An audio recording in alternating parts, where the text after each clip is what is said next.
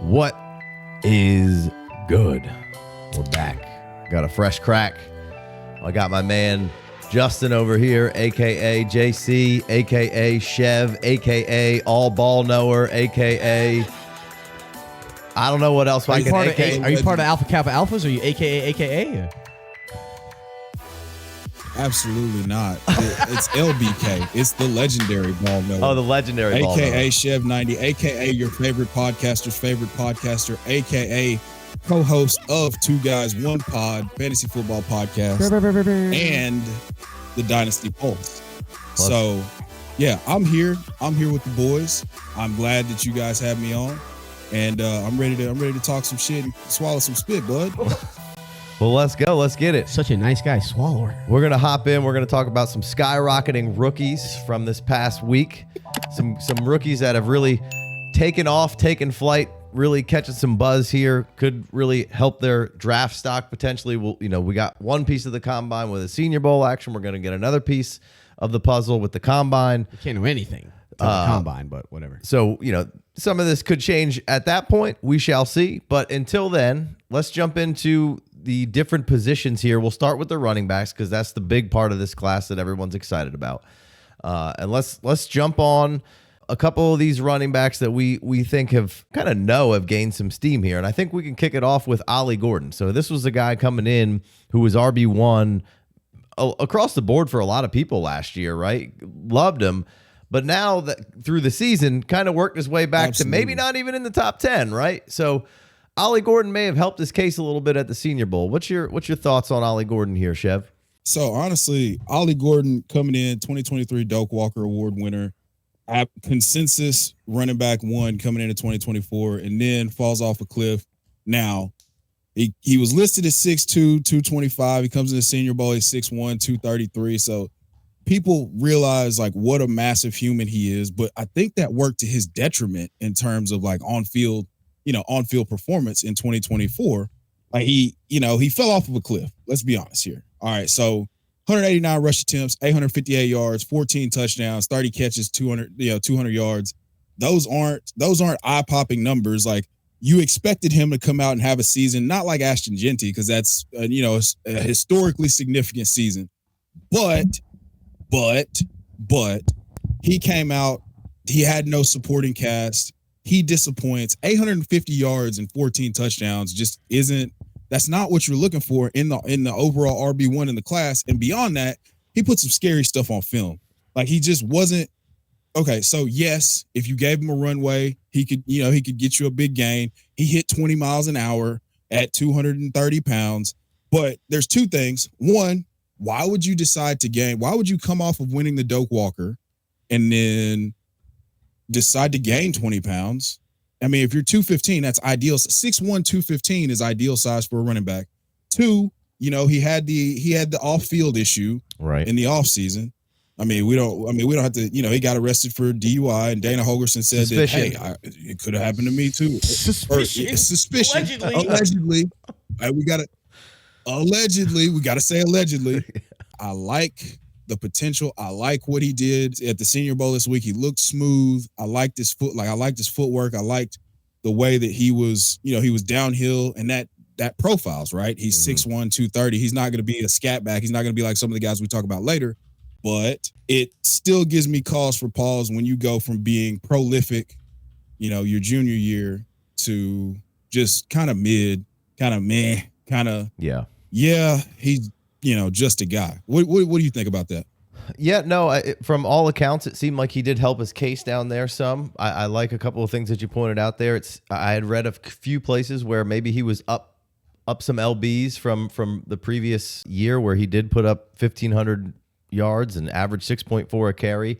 Senior Bowl seemed to help the stock a little bit. People were getting back in. He was moving around pretty good. I'd like to see him maybe go back down under 230 and maybe get a little bit more of that movement back. I think the big thing that you hit on there is he seems like a bit of a runway runner to me, which isn't a bad thing.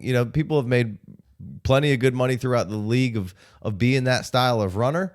But, Oklahoma State, it was curious because, almost all that offensive line comes back and you think, hey, this is going to be great. Ollie Gordon comes back. The offensive line comes back. But in 2023, Gordon averaged 4.4 yards before contact. His offensive line pushed forward and he darted forward into those holes. In 2024, Oklahoma State line didn't deliver. He averaged 1.8 before contact. So that could be a big difference, right? When for somebody who is sort of more of a runway runner like Ollie Gordon is, when you're averaging 4 yards before contact the year before and then 1.8 the next year, something's a little off there. The offense as a whole didn't seem to be clicking. And we know that the running back is a dependent position, right? You're not just going to go out there and make it all happen on your own. If your offensive line sucks, if your team sucks, people were ready to give up on Saquon Barkley, but a year ago. And now you see how big of a difference it can make when you go and get put in a really good position. Not that Saquon was necessarily terrible in New York. He had some good runs and some injuries, but you kind of get what I'm saying. When the parts and pieces aren't right, people start to, and we're in a no patience era of life currently. And so people were like, Saquon's washed. And it's like, I think everybody did the same thing with Ollie Gordon here. And maybe we overrated him. Maybe he's washed to the Senior Bowl. I felt like brought some juice back to Ollie Gordon. I don't know if it's rectified all the issues that I have to really move him up a ton. But some people do. And that's kind of what we're kind of talking about. We want to get the general feel for the public here. And that's why he made the list here. It did seem like a riser. I don't mind Gordon. I think he's a plus in the receiving category, over 30 receptions both years. Those are good numbers, and it looks natural in there, right? It doesn't look terrible. So there are some good parts and pieces if he gets in the right situation. I think he could be great, but that's a lot of these guys. So what do you have to say here? No, I think you hit the nail on the head. A lot of the things that I had written down for him, it's not great short area quickness. Mm-hmm. It is, and I think that's a lot of it has to do with him being too heavy. And then I don't think that he was taking advantage of so one thing with a running back, is you'll see when it's not happening, they start to press. And instead of trusting the vision, trusting that, hey, if I just do what I'm supposed to do time and time again, it's going to work. Marshawn Lynch would say, hey, I'm just gonna run through. I'm gonna run through MF's face. Yeah. Can I say that? Oh, sure. Can I say it? Yeah. I'm gonna run through a motherfucker's face, and then that 2-yard gain is gonna turn into a 7-yard gain in the fourth quarter, and then that 7-yard gain might turn into a 60-yard touchdown. And so, one thing that I did kind of notice in his film was it seemed like he started to press, because when you are that highly touted, when you are the guy that makes the offense go, you start to see that it's not happening. You got to make something happen. And I just don't think that they were in any kind of position to be even remotely competitive. They sucked. They were horrible. I think he wore that. He wore it more than he should. He didn't need to bear that whole cross. Right. Right. Yeah. Right. He didn't need to, he was doing the heavy lifting and then started trying to do too much. Yeah. And that led to just a complete decline in performance. Like you said, 4.0 yards a carry. I don't want to butcher your stat because that was beautiful. Before contact. 4 yards a carry before contact to 1.4. 1.8. And we both agree that he is a runway runner. So I think Ollie Gordon helped himself at the Senior Bowl, just kind of people seeing that he can be fluid. He can kind of change directions a little bit and, do and get downhill. Right. And so I think he's probably going to take some of that weight off going into the combine, probably come in around 225 and hopefully run a sub 4.5, 4.55. If he runs below that size adjusted, weight adjusted speed score, baby. Yeah. That's going to get him, that'll probably get him into day 2, because people are going to look at that 2023 film and convince themselves that big, strong, fast, and we have, a pedigree. So, yeah. Yeah. No. All right. Real quick before we get out of here, has Ollie Gordon moved into your top 10 or still? Because he's probably fringe for me. He was already in there. He was already in there. Okay. He's probably right there for me. Right on the fringe, maybe 10-ish, maybe 8. So, all right. Let's keep. I got him 7. You got him 7. All right. Well, let's keep it moving here. Let's go Brashard Smith here, because I know I like him. I think you like him a good bit more than me, but made some good waves down there. This is SMU, obviously 5'9", 195. Transfer from Miami, but was a wide receiver. So we saw this last year with a guy like Tyrone Tracy, right? Different build of a human being and different style of play, but sure-handed, just super smooth in the receiving game. In receptions, he had 34, so that was 17th overall. In that Clemson game in the playoffs, he had 11 targets, 7 receptions, and a touchdown. When they needed him and they were behind and they needed to lean on somebody, it was, Brashard was there, or Brashard rather was there to help shoulder some load. And while we've had I'm not the only one that does that. What's that? I said I'm glad I'm not the only one. Like, I'll call him Brashard. Like, I've called him Brashard. I did a short on him. I called him Brashard like 3 times. Get it right. Like, damn it. The name Nazis on YouTube, I'm gonna light you up, man. Yeah. So Brashard, respect to Brashard Smith's mother and his birth certificate. No disrespect intended. Correct. To the Smith. We're trying. Smith lineage. It's still a chain. I don't care what you say. But a big thing here: 0 drops for Smith, and then the PFF receiving grade for him was number 1, 91.7 for running backs.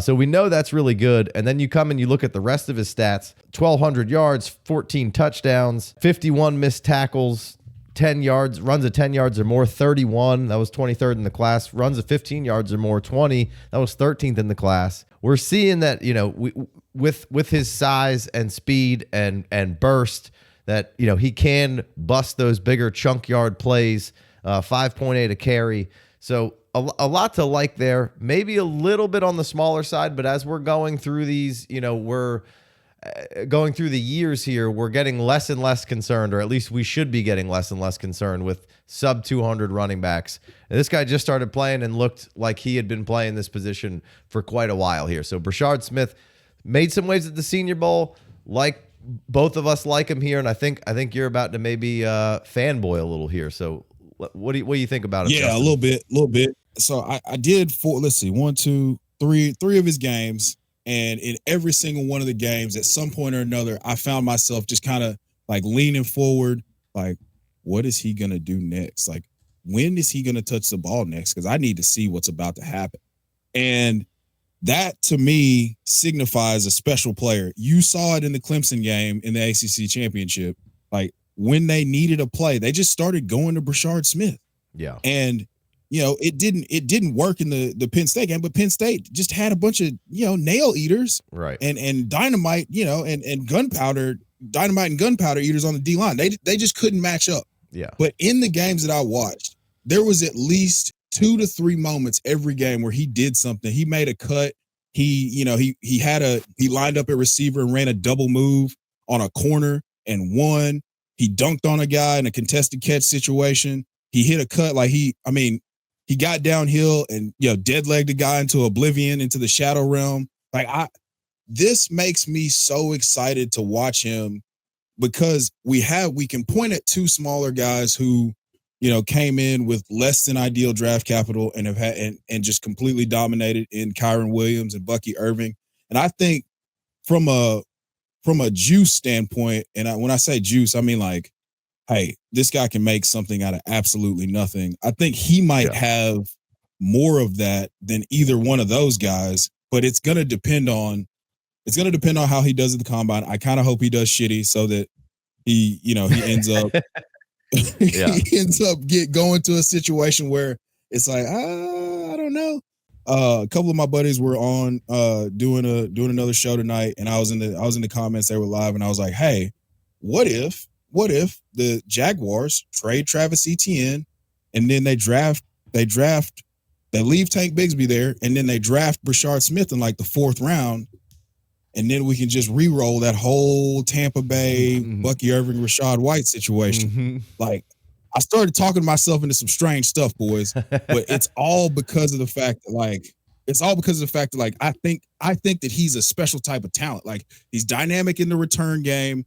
He's obviously he got receiving skills. I mean, he had over 700 yards receiving at Miami, and then he comes out and plays running back full time and has 1,200 yards and then scores 17 total touchdowns. So the spreadsheet guys are going to be like, well, he's some 200 pounds, so I can't. It's not going to hold up, and I really don't think that it's going to be good. And so Like, let those guys fade him. You go watch the film. You listen to us, and you draft him in the early third round or late second if you don't have a third round pick, and then just wait a couple weeks till like they start playing football for real, and then profit. Yeah. Yeah, no, I like it. I like Brashard Smith rather. I think he made some hay and hopefully got his name correctly into some other people's mouths and minds here. So Brashard Smith, a nice rookie riser here from some Senior Bowl action. The thing that sucked about the Senior Bowl is like he really never really got a chance to run. He returned one kick for like 50 yards, and that was like the highlight. Mm-hmm. But in practice, he was just chopping up linebackers all week. Yeah. Yeah, and that's kind of where, the hype comes from, and we're the scouting realm and the talking heads when the behind the scenes stuff of getting the intel from talking about these guys and the perception around the league. There was a lot of positivity for Brashard Smith in that realm. So let's hit Devin Neal here because I think he's one of both of our favorites. Was sad he didn't come out last year.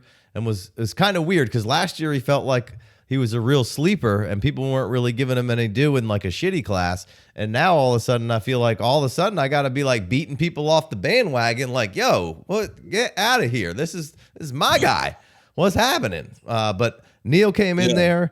I believe he came in at 5'10", 220, which is thick, excellent. And all this guy did the entire time he was in Kansas would just be super productive. One of my favorite guys to watch.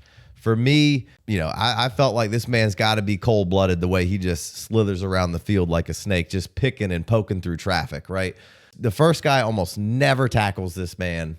And just those are the kind of things that get me really excited about him. I think the quick lateral game is there. Like he uses east-west movement, but it's real subtle. He keeps it inside a tight box, but he gets north and south, if that makes sense. And then I think he's got patience and visions. I think he gets the corner when he wants to get the corner. Maybe doesn't have that killer long speed, but I think all the other intangibles are there. And I thought he was a plus receiver as well. The hands seem pretty natural. So checking all the boxes for me with Neal, and still not overly old for coming back for that last year. I believe he's still only 21.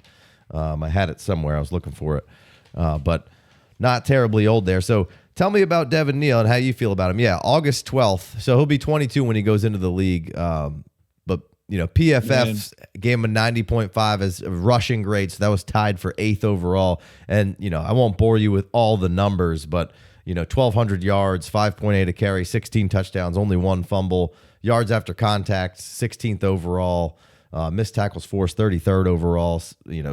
Runs of 10 yards or more, 17th overall, 15 or more, 20th overall, and first downs. He had 73 of those motherfuckers at 11 in the nation right there. So, and then on top of that, 26 receptions and 31 targets. So, some good numbers for Neal. And the numbers the last year were good and the year before that were good. So he's got just an excellent case to present. And I feel like people were really excited about him going in, and all he did was come in and come in with good size and weight, and then did what he does always and just go out there and be super reliable out on the field and get people excited about him.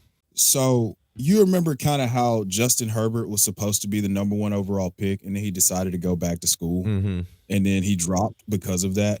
I think that's what's going on here. Like, it's a whole die a hero or live long enough to see yourself become the villain. And him not coming out was like, it's like, hey, well, like, what are we doing here? Like, this is the first thing that I wrote when I started evaluating him was like professional. Like, you talked about how he has some lateral agility, but it's not too herky jerky east west. Like, I'm trying to shake you. I'm trying to dead leg you. What I wrote was like no wasted motion. Yes. Like, he understands how to set you up to leverage you so that he can get you out of position so that he can get that extra yard. And that's another thing that kind of stands out to me is he's always going to get that extra yard. He's always falling forward. He's always, if it's a position where he minimizes mistakes that he makes in his running. or like minimizes mistakes that the offensive line makes. And what should be like a 3-yard loss turns into like a no gain. Yeah. And that's an underrated thing to have, 100%. Have in your bag as well, to go along with the fact that he does have, like, he sets everything up so well. Like he's super patient, but he bursts through, like he bursts, and that's not necessarily meaning that he's a track star, but he accelerates really well whenever he decides to hit he put the pedal to the metal. And so that was the first thing I wrote. Was like, he's a professional. This is stuff running with your eyes, like your feet staying alive, like him being able to create something out of nothing. And when the big plays happen, they just happen. He's the opposite of Ollie Gordon, in my opinion, in that he's gonna trust the scheme and his eyes to find the yardage for him, and then he has the athleticism to get through it. Now, I don't think that he's gonna test off the charts. I was thrilled that he came in at 220 pounds, because I thought maybe he was going to be one of those guys that was like more along the lines of like 200, like he's listed at 215, but he comes in at like 5'9", 206. Yeah. You know what I mean? And so like he'd be more viewed as a scat back, but like to me, he profiles as like a guy that's going to be a 3-down back. And that's what makes me so excited about him, is because he's done all these things already. Right. It's like you watched him perform over and over and over again, and maybe you get tired of seeing it, but like I don't not like seeing him just kick ass all the time. Yeah, like he's excellent. Just don't overthink it, man. Yeah. Just he's excellent. Let him be excellent. Don't let the underwear Olympics trick you. Right. Because I think he might run like a 4.6. Yeah, I think you're hopeful with Brashard, where I think he's probably going to test half decent. I don't know how well Neal is going to. There might be some of the short area stuff that he does well. That's kind of his saving grace. But I think when he runs the drills, you're going to see how good of a mover this guy and how he's already a pro. I think that's the best way to put it, and we'll wrap up with that. Where would you say you have Devin Neal in the hierarchy right now? Because I think he's probably around 5 or 6 for me, just ahead of Dylan Sampson for me. Yeah, I got him at 4. Yeah, so 4. 4. All right, I like it. Yeah. Any other spot ahead? I've got him 1 spot ahead of Travion, 1 spot below Quinshawn. I got him above. I think I might have him above Judkins. I don't know. I think we talked about this offline. Like I have an unnatural love for Quinshawn Judkins, and I recognize that, and I might have to do some soul searching and deep diving to see if I'm being honest with myself in the film. But like right now, like I just off the initial film and the vibes test, I was like, yeah. I think most people like that Ole Miss film combined with the Ohio State film. Yeah. Sure. I think most people are in your camp, I would say they're probably same tier-ish for me. So, any other running backs you want to quickly touch on before we move on? We got to get to these receivers because the producer here is giving me the old time here. So, anybody else you want to quickly give a shout out to before we move on? Oh, just RJ Harvey. Just RJ Harvey. We just say RJ Harvey, and then just if he's available in your 2nd or 3rd round, like, and they take Brashard Smith in the front of the 2nd or 3rd round, I think RJ Harvey is another guy that's a pro. I mean, he didn't put anything, like he didn't put the things on tape that I saw from Devin Neal, and that's why he's behind him. But in terms of just a pure runner, I think that he has all the tools to be very dynamic at the next level. Yeah, I haven't quite gotten in on the tape on Harvey, but I know he's been a lot of people's favorite. He came in at 5'7 3/4 and 207, so that'll do for Harvey there. Same size as Devin Singletary, but he's a home run hitter. Yeah, he's got a little more speed to him. Yeah, absolutely. Yeah, no, like he's taking wheel routes against linebackers, like against Colorado this year. One of the games I did scout, he gets a wheel route. I mean, the minute that he turns his shoulders upfield, he's 5 yards ahead of the linebacker, and it's a 70-yard touchdown. Yeah. So, I'm really excited about RJ Harvey. I like it. What's crazy is I looked at the time, but I didn't even say anything. You just made that up. You knew I was thinking it, though. I love it. I knew he was thinking it. Guys, if you could just tell me who to take in an order really quickly. Yeah. I don't need all this context and all this explanation. Yeah. Well, we'll speed it up a little here on the receivers. Give me a list, and bro. we'll give you a list of tight ends on the way out because I know nobody I cares don't about care tight about ends. what's Yeah. that? What even is that? Yeah, nobody cares You ain't about first, you're lengthy last. conversations about tight ends, but we'll give you a list. All right, let's move on to the wide receivers. So I think number one for everybody right now is the MVP here is Jack BECH, right? Yeah, without question. I mean, I was a Jack BECH denier coming into the week because he's a TCU wide receiver, and I still have not recovered from all of the Jalen Reagor failure. And I didn't let Quentin Johnston get me again. So yeah. But yeah, I'm firmly in the anti-TCU receiver camp. But Jack BECH, he put it all on tape. He's big, he's physical. I think that he's got a blend of Eric Decker combined with like Mike Williams' ability to play the ball. Like it sounds crazy, but then you see him consistently go up and win 50-50 balls. And it's like, okay, I know we can't do cross race comparisons, but there's something here, bro.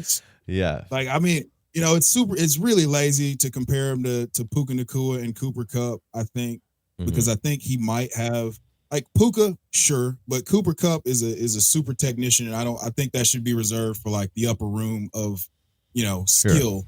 Sure. But like what he put on tape for me is just a guy who's very, very competitive. He came to LSU as a tight end and then, transformed his body to be, a premier wide receiver. He's winning 50-50 balls. He's extremely physical in the run game, blocking. So he competes even when he doesn't have the ball, which you love to see. The story, the narrative in and of itself makes it to where you could see that this guy's going to be something special is going on with this guy. And you can't quantify that, but just him making play after play after play is like, you can deny it.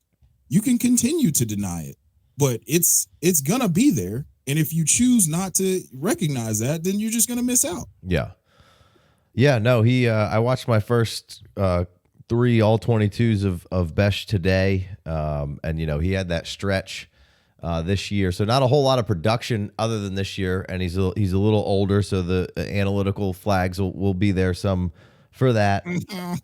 Might break out Xavier Leggett. I usually like to push my glasses up when I talk about that.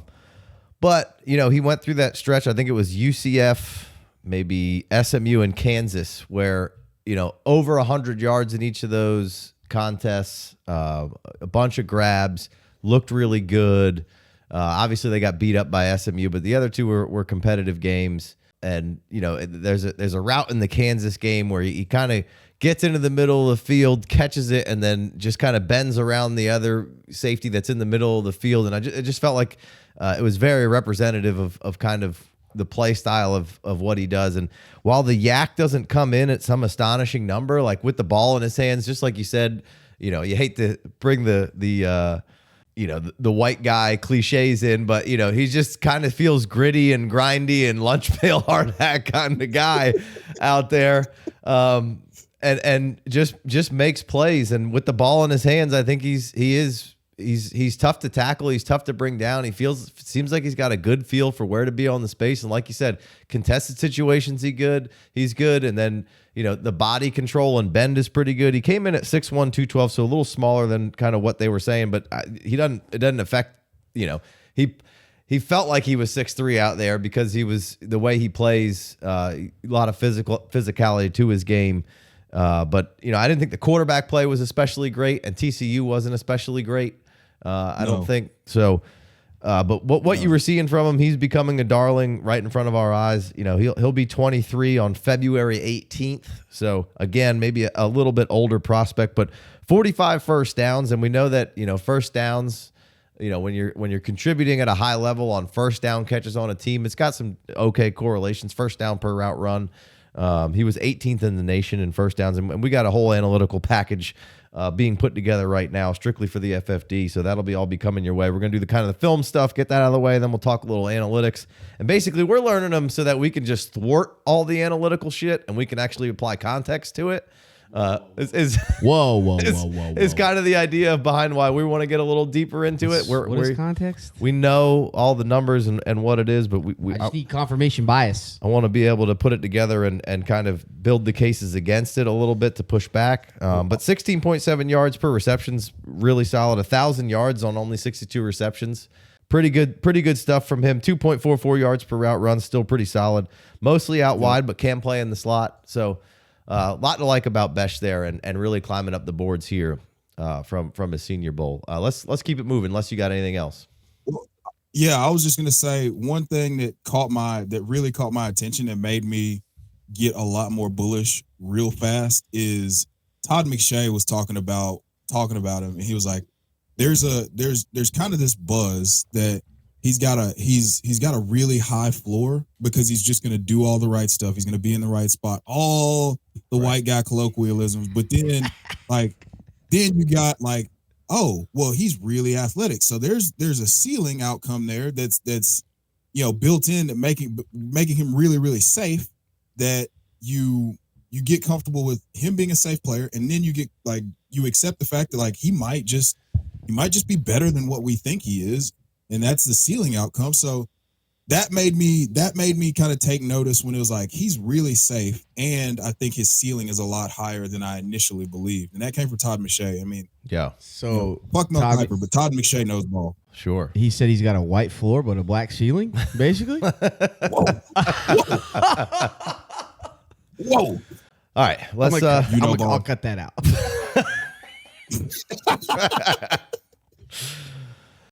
All right, let's keep it moving. Let's go Jaylin Higgins. Also a big riser, I think, from the Senior Bowl, and was kind of getting some buzz beforehand, but 6'3", 217, was the number one PFF receiver grade for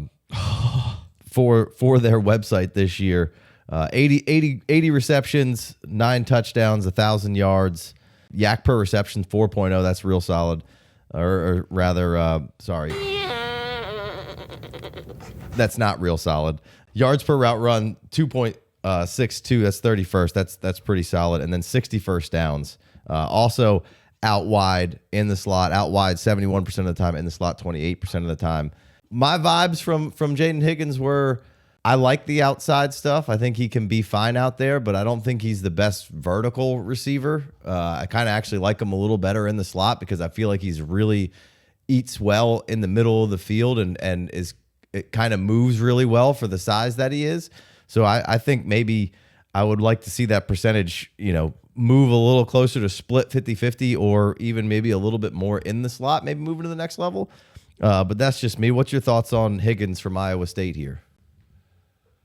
Okay, first things first, this is another guy that so if you follow the Player Profiler Now account, not the big one, Roto Underworld, but the Player Profiler Now account, under the NFL Watch thing, I caught on to Jaylin Higgins early in the season, and I started tweeting about him pretty early. So I've been high on him this entire time. And then at the Senior Bowl, he just kind of confirmed some things that I saw on film. He's more than just a contested catch guy. I do like your point about moving him kind of into the slot. I think just forecasting, whatever you want to call it, I think that this is the Green Bay Packers pick at 55. The Christian Watson replacement. I think he's a guy that can actually run routes and win consistently in the middle of the field. They're probably going to give more, they're going to give what's his name? Dontavian Wicks more opportunities, but I think that this is the guy that comes in and makes a huge difference in their offense as a receiver that you can actually rely on to do a lot of the things that Christian Watson was doing, since he's probably not going to play. But back to the Senior Bowl, he showed me some suddenness, some nuance in his route running. He's extremely competitive, and then he caught that touchdown on the flea flicker or the halfback pass from Ollie Gordon, and that was a contested catch where he comes back to the ball. He plays the ball in the air really well. On top of that, he does the savant level things in route, like the little nuances in the route running that make me, just make me kind of stand, like take attention when somebody's that big and they're not just like pushing guys out of the way and trying to box you out. But he also has that in his game. So I think that he's the type of prospect that you look back and you're like, how did he go? Why was he a third rounder? Yeah. Because he's going to be he was great in college, and I think everything he does well in college is going to translate to the next level. So I've been really, really bullish on him for quite some time, and I was glad that he put it on tape this week in the Senior Bowl. Yeah, no, I like a lot of the parts and pieces to his game, so I'll be interested to see what kind of capital he gets. Second and third round, not out of the question, I don't think at all. I think these some of these guys really raise the ceiling for where their capital can be in this coming draft. I think capital drink. I think he'll probably test okay for his size too. So and like you said, I like his movement skills, but maybe not the biggest burner, and maybe not the best like vertical stacker per se. But then, like you said, he can win that contested ball. He high points the ball really well. Drink. Yeah. So, but does he finish with power? I'm just getting drunk. Transfer from Eastern Kentucky. Spent some time. Well, and that's another thing that he broke out. Yeah, I don't know if you count it because it was at Eastern Kentucky, but he broke out at Eastern Kentucky. He had 900 yards receiving as a sophomore. Right. So, and then he goes to Iowa State, has a reception in 26 straight games to end his career. Him and Jaylin Noel, another guy that we'll talk about shortly, they become the first duo in Big 12 history to go over 1,000 yards since CeeDee Lamb and Hollywood Brown did it in 2018. So I think, I think very highly, and I think that he's going to end up being a day 2 pick if he just runs sub 4.5. Sub 4.6. I think he's a day 2 pick. Yeah, I like it. All right, let's go to the next guy. Let's go Jalen Royals here. Had a bit of a bummer this year. Kind of broke out this past year. I believe he was at like Georgia State Military College or something for a year. Then transferred in, had a quiet maybe year 1, and then I think year 2 really broke out. Had a nice campaign there, and then this year through his 7 games had 81 targets, 55 reception, 800 yards, 6 TDs, 3.00 yards per route run, 34 first downs. He was kind of out wide 77% of the time, in the slot 22% of the time, but then has a foot injury and misses some time. Would have surely put another good long campaign of over 1,000 yards and a bunch more TDs and receptions in there.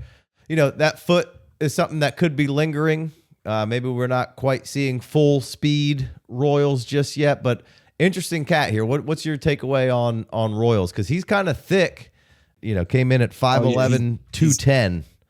So I like him with the ball in his hands as well. Yeah, I think that's where he jumped off the tape to me at Utah State. He was one of those guys that as soon as the ball got into his hands, it was like, oh, this is happening. This is a thing. Like, I think he might be the best, one, if not the best, like top 2 rack guys in this class. And then he gets to the Senior Bowl. One of my co-hosts on the Dynasty Pulse, Biggs, he was like, it looked like it was kind of bothering him because maybe he hasn't done a ton of football stuff since he's been recovering from the injury. But that the first day he looked a little bit sluggish, but still won his one-on-ones. And then the next day it was like, oh, you can see why in team drills, like this is why everybody's kind of hyped about him. And he's built. You said on the phone, I'll give you props for this. Built kind of like Jamar Chase. I said like not Fat Debo. I think that with a guy like this, like it seems risky, but I think you could get him into an offense that just needs a guy that can pick up chunk gains out of just smoke screens and stuff. Basically like Debo's used. Mm-hmm. Essentially that's kind of what I see for him early on, but he has the nuance in his route running. He can get open. I mean, the clip went viral of him just coming off the line and pulling the George Pickens and just pushing the DB down and running a slant. Yeah. So he's got the physicality. He's got the run after catch. I think he had a 62% catch rate on contested catches this year, the 8 of 13. So he can go play the ball. He can play the ball in tight coverage and up in the air. So yeah, I think that Jalen Royals didn't necessarily like help himself, but he didn't hurt himself by showing that he wasn't the guy that he put on film at Utah State against higher level competition. Yeah, no, I would say a very deliberate man is kind of how I view Royals. Like, and then like you said, I feel like he can win on short and intermediate, and then there's some good vertical stuff that he's kind of added to the game a little bit. I don't think he's overly long speed fast, but like I feel like he does a really good job of pacing different routes and never showing you like where the speed is gonna get turned on and the suddenness is gonna come from. I noticed that, and that's something that really stands out to me with guys when they know how to pace routes and just set guys tempo. up and just tempo. That's really, really important to me of how that's just an understanding of knowing how to work guys and just keep them on their toes. They can't really read you of like how you're doing different things at different parts of your routes. Just so very deliberate was kind of how I came away with Royals there. That's a great way to put it. Very deliberate, very poignant, very intentional. Yeah, I like everything that you said. Like it's like yeah. We're agreeing too much. Take that. I don't know how I feel about this. Take that. Take that. It's crazy. Hold on. All right, let's keep it rolling here. You wanted to mention the other Iowa State guy real quick before we get out of here. Was the slot basically holding it down for Iowa State, right? But had a good Senior Bowl as well. Jaylin Noel had an outstanding Senior Bowl. I mean, he went against Azariah Thomas, who was the top DB there for most of it. He cooked Malik Hairston, another top DB. He had his way with Trey Amos, another DB. He had his way with all of the DBs, full Diddy at the Senior Bowl. And for me, I wanted to see if he was as twitched up, as sudden in and out of his breaks with some of the route running, and then the run after kill, like the speed is what kind of shows up on film for me. It seems weird because you want to say a slot guy is always quicker than fast, but no, I think he's fast too. Yeah. And he put that on tape, and he's extremely competitive. Like one of the plays I saw him, he dunked on Azariah Thomas, as a smaller guy, 5'9", 196, him being able to go up and get the ball. I likened him to a Christian Kirk, but I think he's more explosive. So I liked what I saw from him on tape, throughout the year. And then as I got into I've only done one game of his, but it's consistent. Yeah. It is consistent with him. It's just there's not a lot of wasted movement. He's gonna catch the ball. He's extremely good after the catch. And I was a big fan of what he verified for me, confirmation bias wise. That's what you asked for, right? Like you want some confirmation bias. I got confirmation bias with Jaylin Noel this week. Yeah. No, I like it. I haven't watched the tape yet, but a lot of love there for Noel. So shout out to him. I'm going to give one more quick shout out. I'm going to go Xavier Restrepo, another slot. I think he came in at 5'9" and 3/8, 200 pounds. So he's thick. Just Miami's all-time leading wide receiver, I believe. Obviously played a little longer than some of those other historic dudes that have been, through the Miami Hurricane program, but just wins, man. And he's good in the red zone. He's tough to deal with. Was the go-to guy in Miami on a lot of key situations with Cam Ward. So want to give Restrepo a little love there for me. Absolutely. So let's wrap this show up here, and let's just throw out a few tight ends. I think Harold Fanning Jr. is the guy that everybody's stoked about. And when you go look at the analytical numbers, they're going to be crazy. But then it's like I think he's 6'3", 230, right? Yeah. And I'm looking for the senior. I'll find the correct way in to make sure we're on that number there. Just off the top of my head, I think it was 6'3.5", 238. Yeah. So not huge, right, for the tight end position, but he's a wide receiver, right? He's basically that tight end wide receiver bucket that you come out and, I don't think you want to, you're doing a disservice if you're going to try to make him play standard, typical wide receiver or tight end, right? You got who's ever going to inherit Fannin, which is the only thing that, and I'm not calling him Brock Bowers by any stretch of the imagination, but that was the only concern I had with Brock Bowers last year was somebody going to get him and fuck it up how to use him? And that's what the only concern with Fannin is going to be is I think he could be very successful. We've seen him be really good against Penn State, like double-digit catches and over 100 yards, really good against Texas A&M. So we've seen him be good against high-level competition, and the yards per route run and all the staple numbers are all going to be green across the board of the analytical stuff. But then you get into the size category, and you know, people are there. That's definitely going to be 105. That's definitely going to be a decreaser in some people's minds. So Fannin was a big time riser, which I think the hardcore Dynasty community was already in on him, but I think it got in a lot of other people's mouths there.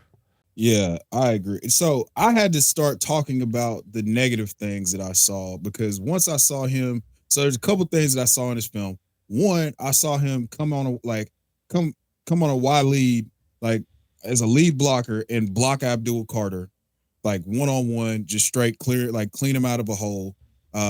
Again, no Diddy. And then like he's more than willing in the run game to be a blocker. So he's not like, it's not dog shit as a blocker. Yeah. He did line up out wide for like 20% of their snaps. He lined up at an X receiver for 20% of their snaps. And so he's winning. He was winning as a wide receiver. The things that I didn't like is I think his ankle, like he's stiff, like as a, you know, it looks weird. Like it looks like his legs are way too long for his body, or like his ankles are a little stiff sometimes, but it works. Yeah. Like you said, he had 8 for 137 against Penn State. I think he had another 100-yard game against Texas A&M. If not, I know he had a really long touchdown where he juked a dude into the shadow realm. Yeah. And then he's just, I mean, he won. Like I watched him win instantly versus Penn State's DBs. Like they're playing shaded down man, like 22 man. And he just eviscerates a guy off the line of scrimmage and wins on an end breaker, and then wins at the line of scrimmage against a safety. So it's all there. And then you start watching them play against people that are going to be future enterprise car salesmen in like Old Dominion. And it's just like, oh, this is not fair at all. Yeah, no. And he put Penn State on the ropes in a game that, you know, I turned that one on and I was like, oh shit, Tyler Warren had to come up with a big grab at the end of that game to help Penn State get by that one. If I recall correctly. There's no way I'm buying a used car from a like a rental shop. Yeah, you don't want to get like, you don't no buy that used enterprise car.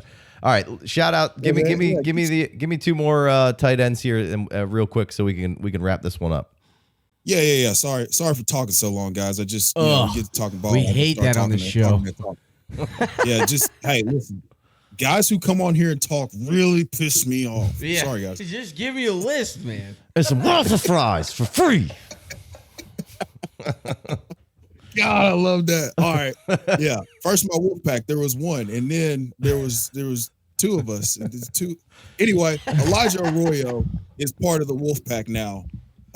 Man, holy shit. Everything that he put on film at the Senior Bowl was like, oh, okay, cool. So I listed myself. I'm a former 4-star recruit who was the number 4 tight end coming out of high school. And then like I picked up the game late, and now I just kind of, whenever I'm called upon in one of the most explosive offenses in the land, like I just produce. And I showed you everything that I showed you at the Senior Bowl. Like he was cooking. And then he comes in at like 6'4.5", 250 pounds. And it's like, oh, so like you're a real tight end. Like this isn't just like we're playing like a glorified receiver out here. Like, no, he's a real tight end that does real tight end stuff. Yeah. And so I think he helped himself more than any other tight end this week, because everyone was so surprised at how fluid he was, you know, catching the ball. And then the size helped him out as well, because he's listed in Miami at 235. Yeah. So coming in at 251 and then being able to put and still moving like that, be so effective. Yeah, just a smooth mover, like the complete opposite of what you saw from Harold Fannin Jr. I saw Harold Fannin Jr. run a stick and nod and look like, you know, like he dropped a wheelchair, like it dropped a walker at some point. So it was really, really good what I saw from Elijah Arroyo. And then the last guy, legacy guy, Mason Taylor, tight end, LSU. He was a really popular guy coming into the year, but I think, you know, Nussmeier short-circuiting and then him just not kind of ever having that like huge breakout that you would predict for an elite tight end. He won a lot in red zone drills, and that's kind of where he'll be used. He's more of a traditional tight end. So I think that he helped himself this week, kind of showing people that like, hey, I'm big, I can catch the ball. I'm more than just, you know, a guy, son of a Hall of Famer. He's going to make Taylor's son, in case you were wondering, for the legacy guy. That's what we call around here good Levi's. Yeah. Or Jinkos. Those are good jeans. Yeah. Yeah. So Mason Taylor, I just peep some mock drafts. He's still pretty high up in some mock drafts for not being uber productive over the last year or so. So, but yeah, I like it. All right, let's wrap this show up here. Chev, give me a plug where everybody can find more of your beautiful, sultry voice and face. I am the co-host and co-founder of Two Guys, One Pod Fantasy Football Podcast. I co-host the Dynasty Pulse on Thursdays. It usually airs on Fridays over on the Undroppables and the Fantasy Sports Advice Network. And I write for Player Profiler News Desk. So if you ever want to read some shit that I wrote, go read that. And that's it, man. That's where you can find all my shit. I love it. Make sure you go check it out. You can catch him at Chev90 on Twitter.